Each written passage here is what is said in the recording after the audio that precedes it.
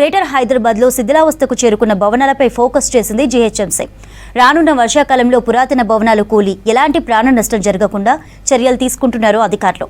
వాతావరణ మార్పులతో భారీ వర్షాలు పడకముందే ఆయా బిల్డింగ్స్ను కూల్చేయాలని డిసైడ్ అయింది బల్దియా.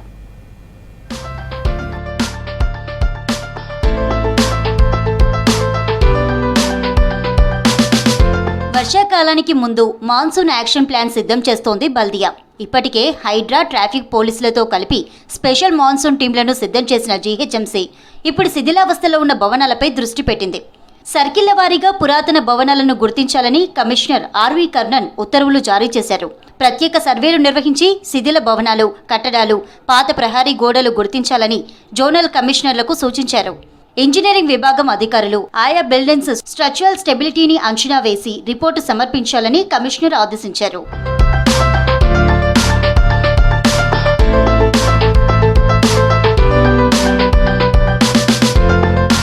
ఇంజనీరింగ్ డిపార్ట్మెంట్ అధికారులు ఇచ్చే రిపోర్ట్ ఆధారంగా పురాతన బిల్డింగ్స్ కు పటిష్ట చర్యలు చేపట్టాలా లేక కూల్చేయాలా అన్న దానిపై నిర్ణయం తీసుకోనున్నారు జీహెచ్ఎంసీ అధికారులు. శిథిలావస్థకు చేరుకున్న భవనాల యజమానులకు లేదా అందులో నివాసం ఉన్న వారికి నోటీసులు జారీ చేయాలని కమిషనర్ సూచించారు.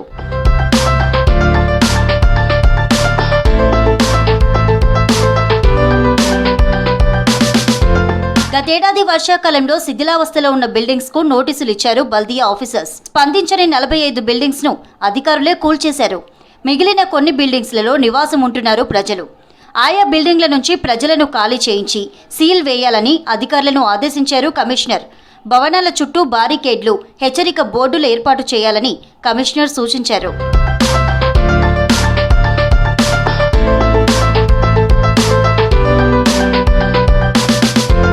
జీహెచ్ఎంసీ పరిధిలో 460 శిథిలావస్థకు చేరుకున్న భవనాలున్నట్లు అధికారులు ప్రాథమికంగా గుర్తించారు. వాటిలో తప్పనిసరిగా కూల్చాల్సిన బిల్డింగ్స్ పై జూన్ 1st వీక్లో స్పెషల్ డ్రైవ్ చేపట్టనున్నారు అధికారులు.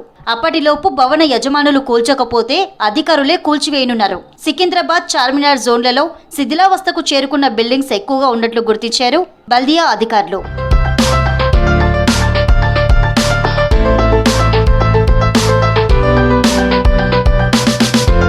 శిథిలావస్థకు చేరుకున్న బిల్డింగ్స్ కూలిపోయి భారీ ప్రాణ నష్టం జరగకముందే వాటిని గుర్తించి కూల్చేయాలని అధికారులకు ఆదేశాలిచ్చారు కమిషనర్ ఆర్వి కర్ణన్.